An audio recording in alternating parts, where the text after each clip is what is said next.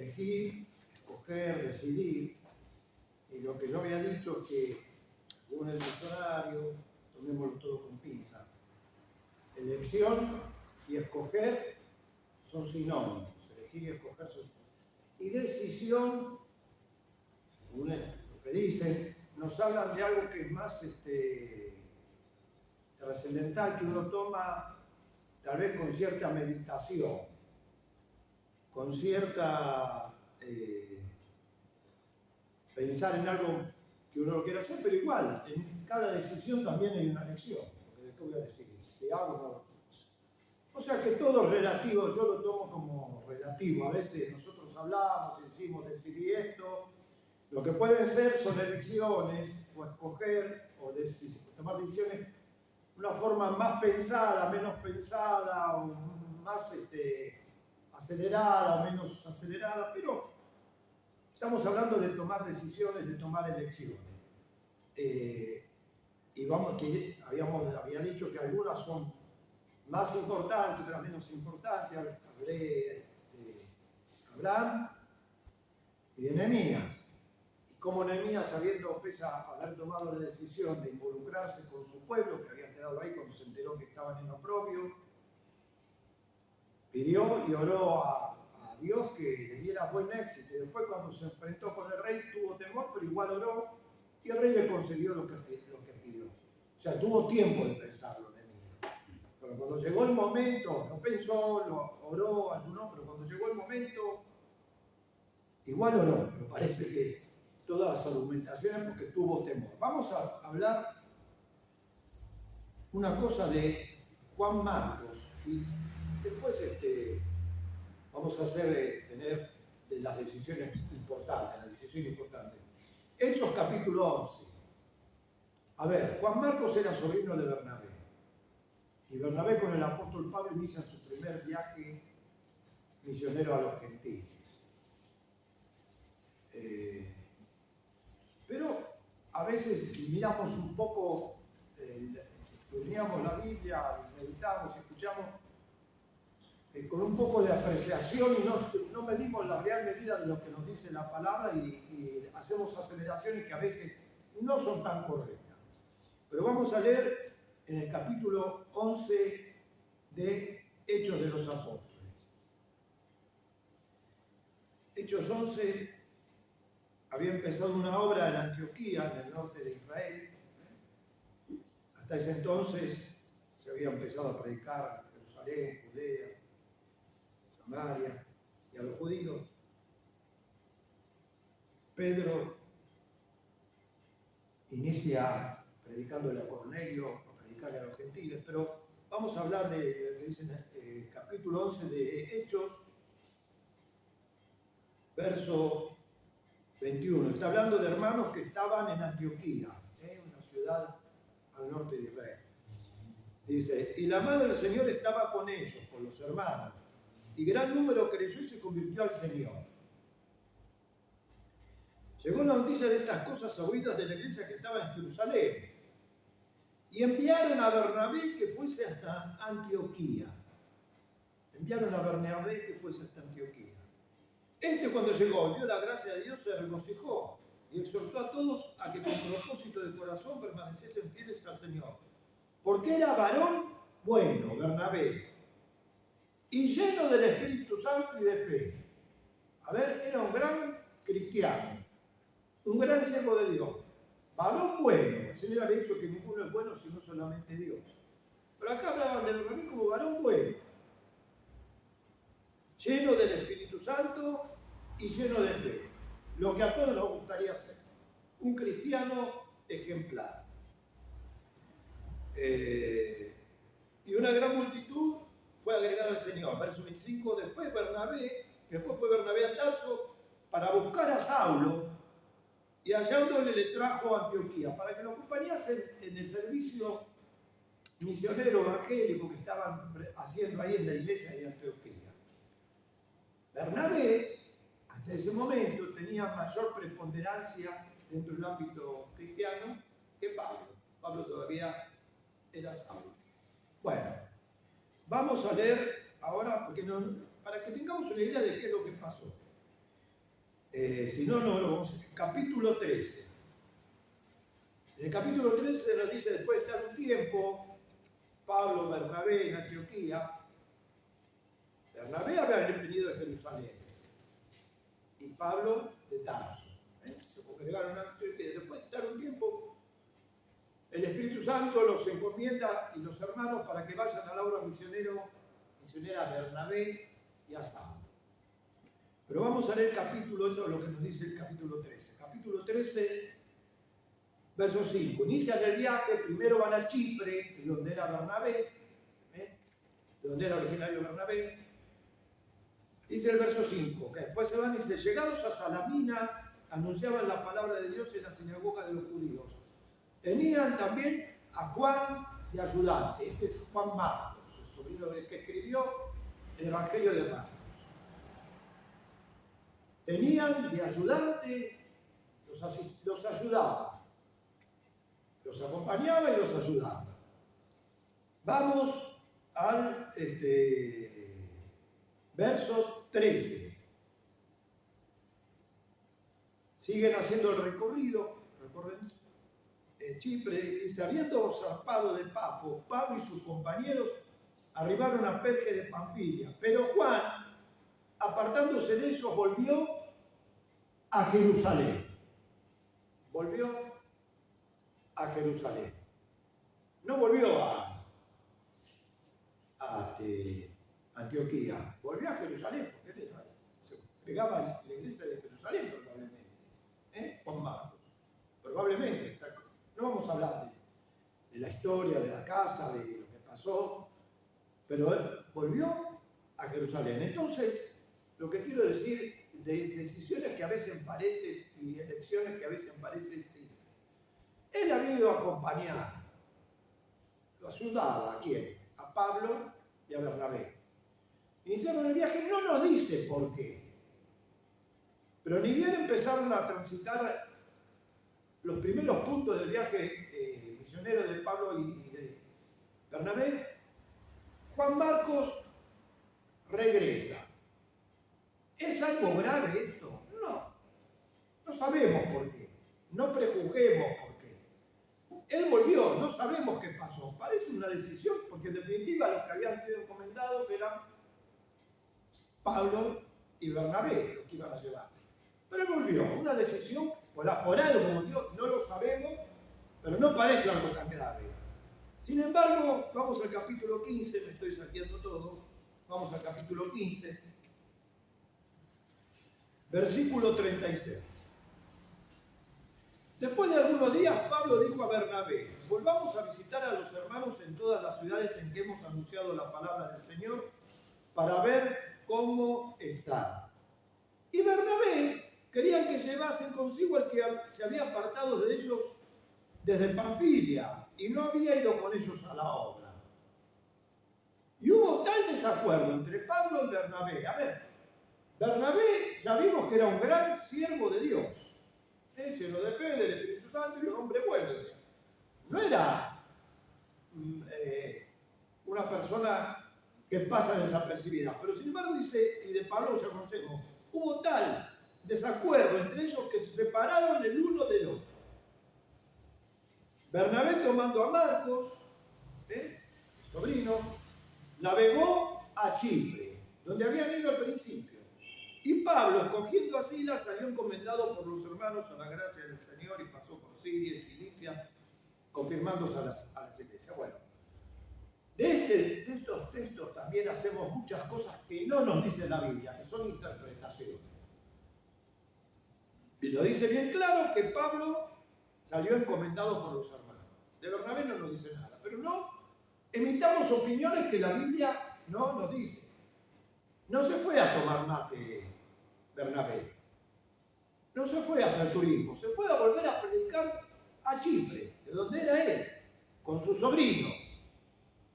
Lo que quiero decir, una decisión tomada por Juan Marcos, de eso quiero hablar, aparentemente intrascendente, no sé, no sabemos qué pasó, pero sin embargo generó un conflicto entre Pablo y Bernabé y no se pudieron poner de acuerdo. Dos grandes hombres de Dios, Uno apóstol a los gentiles, el otro un pionero en la iglesia en Jerusalén, hombre desprendido.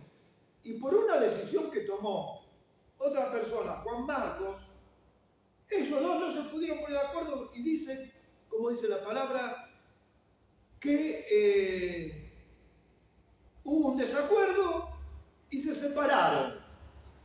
No dice que se pelearon. No dice que Pablo habló mal de Bernabé y Bernabé habló. Nosotros hacemos cosas, decimos cosas que no dicen la Biblia. Se separaron. Y uno puede decir, bueno, sí, pero Pablo salió encomendado. Pero Pablo también escogió a Silas. Lo dice acá el verso 40, escogió a Silas. Y lo primero que hace después, capítulo 16, después llegó a Derbe y a Listra, y aquí había allí cierto discípulo llamado Timoteo, hijo de una mujer judía creyente, pero de padre griego. Y daban buen testimonio de él los hermanos que estaban en Listra y en Iconio. ¿Qué hizo Pablo que éste fuese con él, Timoteo? Y tomándole, le circuncidó por causa de los judíos que había en aquellos lugares, porque todos sabían que su padre era griego, etcétera, etcétera. Vamos a ver. A ver. Yo quiero hablar de Pablo también tomó decisiones. Y lo que hizo acá, no, en lugar de, tomó él por su cuenta, ¿a quién? A Timoteo.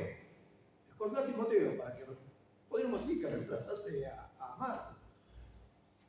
No lo sé. Pero lo primero que hace con Timoteo, habrá orado, yo no digo si oró o no oró, lo primero que hace es algo que él después, en la carta a los Gálatas, ¿lo leemos? Habla en contra de los hermanos judaizantes. Timoteo era hijo de una madre judía y un padre gentil, un padre griego. Y era un joven que hasta ese momento no se había circuncidado, que era el pacto dado entre Dios y Abraham, que diferenciaba a los israelitas. O sea, hasta ese momento no era un judío. Timoteo era hijo de una madre judía. Tampoco sabemos por qué se casó una madre judía con un gentil. No nos importa. Lo que quiero decir es que una decisión que tomó Juan Marcos, aparentemente intrascendente, fue generando decisiones entre Pablo y Bernabé, fue generando decisiones, unos se fueron a un lado, otros se fue para otro lado, la iglesia encomendó a Pablo y a Silas, a Pablo y a Silas, y él se van tomando decisiones. Y lo que quiero decir es que tengamos cuidado entre los cristianos, porque a veces tomamos decisiones o hacemos elecciones que parecen simples y sencillas y que no pasa nada y después no tenemos idea, se va haciendo como una bola de nieve que termina generando conflictos entre los creyentes.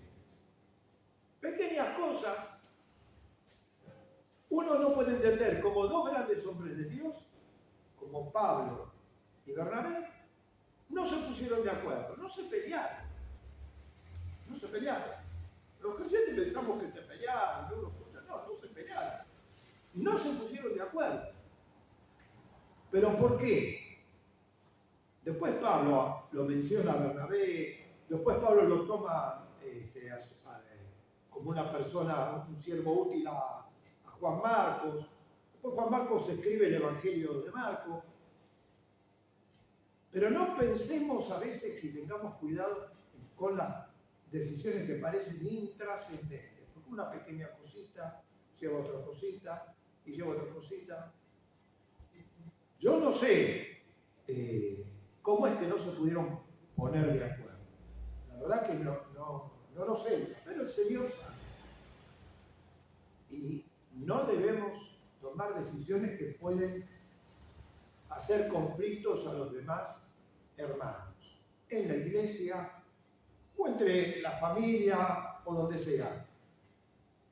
Hagamos como hizo el Señor. Cuando tenía que tomar una decisión, ¿qué es lo que hizo Nehemías? Cuando tuvo que tomar una decisión y escoger a los 12 apóstoles, él primero los llamó. Tenía unos cuantos seguidores. Pero lo que hizo el Señor, antes de escoger a los 12 apóstoles, no lo voy a leer, pero lo pueden buscar. Dice que se pasó la noche orando. Oremos. Decisiones pequeñas, oremos. Decisiones grandes, oremos. Acciones que nos parecen, oremos y busquemos que el Señor nos guíe en todo. El problema está en que a veces oramos y queremos hacer nuestra voluntad a toda costa. Ese es el problema. Cuando oramos y queremos que el Señor obre de acuerdo a lo que nosotros queremos. Y ahí empiezan los problemas. Oremos. No hay recetas en esto. No hay una fórmula mágica. Nosotros podemos decir, pero toda una noche, sí, el Señor estuvo toda una noche orando. No dice que oró solamente por los apóstoles, sino estuvo orando toda la noche. Tenía que elegir a 12. Tenía que elegir a 12 que iban a ser los 12 apóstoles. Y uno le iba a traicionar, el Señor sabía eso. Uno le iba a traicionar. Pero el Señor oró. Y uno puede decir, bueno, no tenía que ser, era el Señor. No, oró. Y el Espíritu le dio a elegir a los 12 apóstoles. Oremos siempre. Tenemos dificultades en el trabajo, tenemos que tomar decisiones, oremos. Tenemos que tomar decisiones importantes en nuestra vida, oremos. Estamos planificando un viaje, queremos hacer algo, oremos. Oremos. Nehemías hizo eso. Lo que no tenemos que hacer, lo reitero porque es lo que casi siempre hacemos, es tener algo en mente, planificado ya y querer que la decisión de Dios coincida con lo que nosotros deseamos. Y ahí es donde vienen los problemas. Y no vamos a hablar de...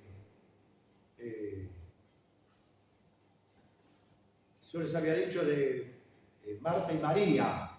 El Señor dice que hay una sola cosa importante en la vida. Se lo digo, no lo leemos. Está en Lucas, capítulo 10. Hay una sola cosa importante en la vida y era lo que había hecho María. Marta se ocupó de atender al Señor y María escuchaba la palabra del Señor. Escuchemos la palabra del Señor, que es la base primordial y principal. Leamos la Biblia. No que escuchemos lo que está bien escuchar a los hermanos. Está bien leer libros, pero leamos la Biblia, meditemos en ella y el Señor, por su Espíritu, nos va a hablar a nosotros. No es que el servicio no sirva. Marta, en definitiva, lo que quería, servir al Señor, darle una linda comida, arreglar la casa. Pero el Señor le había dicho, no vino para ser servido, vino para servir. Vino para servir. Y María escogió la buena parte. Esto está en Lucas capítulo 10, del 38 al 42. Le habló en su casa. Pero hablé de decisiones y que hay unas más importantes que otras. Vamos a hablar de la decisión de decidirnos por Cristo o no. Porque yo hasta ahora hablé para los creyentes. Ahora vamos a hablar de si nos decidimos por Cristo o no. Marcos capítulo 10. Hay muchas decisiones en la vida, pero Marcos capítulo 10. Hay un joven que se acerca al Señor, que aparentemente era un hombre rico, que era un hombre aparentemente bueno, que tenía inquietudes espirituales. Se conoce como la historia del joven rico. Se acerca al Señor, va corriendo, no va despacito, va corriendo, se arrodilla delante del Señor. Una buena persona, probablemente haría buenas obras, porque él se consideraba a sí mismo que guardaba los mandamientos. Y le dice al Señor, ¿qué debo hacer para ser salvo? Y el Señor le dice, bueno, tenés que cumplir la ley. Él estaba pensando en sus propias acciones, en ganar la salvación por sus propios medios, por lo que él valía. Y este hombre, joven, rico, buena persona, que tenía inquietudes espirituales, escucha del Señor lo siguiente. Miren, lo primero que le dice el Señor, el verso 21, entonces Jesús, mirándole, le amó. Un joven que era amado por el Señor Jesucristo, que el Señor Jesucristo lo ve físicamente, lo vio físicamente, y le amó. Le amó. No nos menciona mucho en los evangelios También habla de Lázaro, el que amas, pero le amó. O sea, una gran simpatía del Señor por el alma de este joven. El Señor le amó, lo mira y le dice, mira, te falta una cosa. Dejá todos tus bienes y seguime. Dejá toda tu vida. No te ocupes más. Dejá todo, vendelo, dáselo por y seguime. Y este hombre que gozó de la mirada de amor del Señor Jesucristo, dice el verso 22, el joven, afligido por esta palabra, se fue triste, le dio la espalda al Señor Jesucristo. Le dio la espalda, se fue de espalda, no se fue caminando para adelante. El Señor le amó. El amor del Señor Jesucristo no le alcanzó. No le alcanzó. Porque él se negaba a hacer lo que decía el Señor Jesucristo. Y esto causó tal revuelo entre los que estaban ahí, que se quedaron maravillados. Es como una persona que es buena, que es rica, que se arrodilla ante el Señor le ama y se va triste.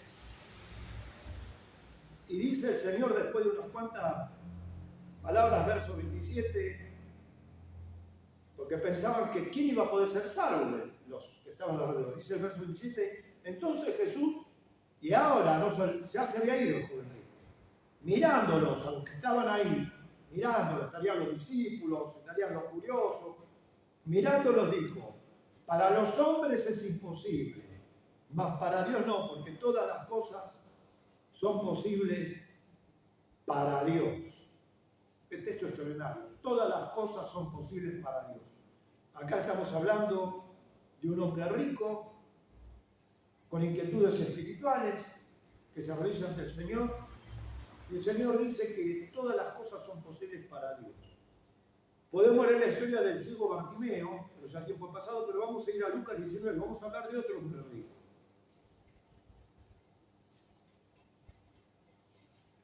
Jesús y Zaqueo. Esta es la historia del hombre rico que era jefe de los publicanos, un recaudador de impuestos. Probablemente un coimero, se quedaría con algún puesto, probablemente. Pero nos dice el verso 2 que era jefe de los publicanos y rico, un hombre rico también. Pero quería ver a Jesús, igual que el otro, que el joven rico. Pero él había tanta gente que no se pudo acercar personalmente, sino que se subió por un árbol por donde sabía que en el camino iba a pasar Jesús. Y el verso 5 dice, cuando Jesús llegó a aquel lugar, mirando hacia arriba, lo vio a Zaqueo.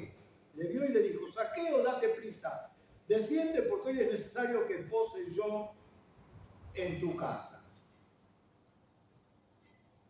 El Señor le está diciendo, mira, Zaqueo, baja del árbol. No te quedes mirándome, baja del árbol, porque yo tengo que ir ahora a tu casa. Voy a ir a posar a tu casa, voy a quedar en tu casa con tu familia, con tus amigos. Vos que sos rico seguro vas a tener muchas cosas que ofrecerme, pero me vas a escuchar hablar. Vas a escuchar la palabra que te quiero decir personalmente. Y dice el verso 6, entonces él, Zaqueo, descendió a prisa y le recibió gozoso. Miren qué diferencia, el otro rico se fue triste. Y acá le recibió, obedeció al Señor Jesucristo, gozoso. Sigue, al ver esto, verso 7, todos murmuraban diciendo que había entrado a posar con un hombre pecador. Entonces Zaqueo, puesto en pie, dijo al Señor, he aquí, Señor, la mitad de mis bienes doy a los pobres, y si en algo he defraudado a algunos, se lo devuelvo cuadruplicado. Acá la gente lo acusaba a Zaqueo, lo identificaba como ¿qué? Como una persona mala, un pecador. El otro se identificaba al otro rico como una persona buena, el joven rico, y este no, se era identificado como un pecador. Dice, entonces Zaqueo, verso 8, puesto en pie, dijo al Señor, he aquí, Señor, la mitad de mis bienes doy a los pobres. La mitad. Al joven rico se le había dicho que vendiera todo, Pero dice algo más, la mitad de mis bienes doy a los pobres. Y si en algo he defraudado a alguno, seguro que sí, seguro que he defraudado. Se lo voy a devolver cuadruplicado. De la otra mitad, yo le voy a devolver pagar 400%, un interés que no se consigue. ¿Qué cambio se operó en este Zaqueo? Esto era imposible, porque era un hombre pecador, rico, repudiado por la sociedad. Y Jesús dijo a los que decían que había entrado a posar en la casa de un pecador: hoy ha venido, verso 9, hoy ha venido la salvación de esta casa. Verso 10. Por cuanto el Hijo del Hombre vino a buscar y a salvar lo que se había perdido. Y esto es el centro medular de las decisiones más importantes. El Señor Jesucristo vino a buscar y a salvar a los pecadores. Vino a buscar a salvar a aquellos que se estaban alejados de la presencia de Dios y se iban a la eterna condenación. Toda la humanidad. El Señor ama a todos. Al joven rico no le alcanzó. Decidió darle las espaldas y se fue. Zaqueo era casi imposible porque era una mala persona, era un hombre pecador, decía. Zaqueo, vení, bajá que yo voy a posar en tu casa. Zaqueo obtuvo la salvación del Señor Jesucristo. El evangelio que predicamos, hay decenas e infinidad de textos que nos hablan exactamente de la salvación. Lo dice Juan, que el Señor amó al mundo de la forma tan abrumadora que envió a su Hijo a morir por nosotros para que todos aquellos que en Él creen no se pierdan, mas tengan vida eterna. En Juan 5:24 dice: de cierto, dice el Señor Jesucristo, el que oye mi palabra y crea al que me envió, tiene vida eterna y no vendrá a condenación, mas ha pasado de muerte a vida. No hay que, miren, no tengo necesidad de explicar los textos. A veces queremos interpretarlos. La palabra de Dios habla. La palabra de Dios habla a los corazones. O le damos la espalda o la recibimos, como hizo Zaqueo. Dice el Señor Jesucristo: yo soy la resurrección y la vida. El que cree en mí, aunque esté muerto, vivirá. Esta es la historia de Lázaro. Y le preguntó: ¿crees esto, Marta? Dijo: sí creo, pero había dificultades. Estaba pensando en otra cosa. El Señor Jesucristo dijo: yo soy el camino, la verdad y la vida. Nadie viene al Padre si no es por mí. El Señor Jesucristo nos declara las cosas escondidas de nuestros corazones, como pasó con la mujer samaritana, como pasó con el ciego que no estaba buscando a Jesús. Había un ciego que no estaba buscando a Jesús, a diferencia de Zaqueo y del joven rico. Y que pasando el Señor, los que estaban ahí, que se creían muy religiosos, los discípulos y los fariseos, dicen: a ver, decinos, ¿quién pecó? ¿Quién es el que hizo lo malo? ¿Él o los padres de él? Porque se creía que las cosas malas pasaban porque nos portábamos mal. Y el Señor dice que no es ese el problema. Y ese ciego recibió la vista, pero no alcanzaba con el milagro de tener la vista, sino que después el Señor lo encuentra por dar testimonio de Jesucristo. Este ciego es echado, excluido de su religión. No lo dejaron, lo expulsaron de la sinagoga, no lo dejaban entrar más. Pero después el Señor lo busca.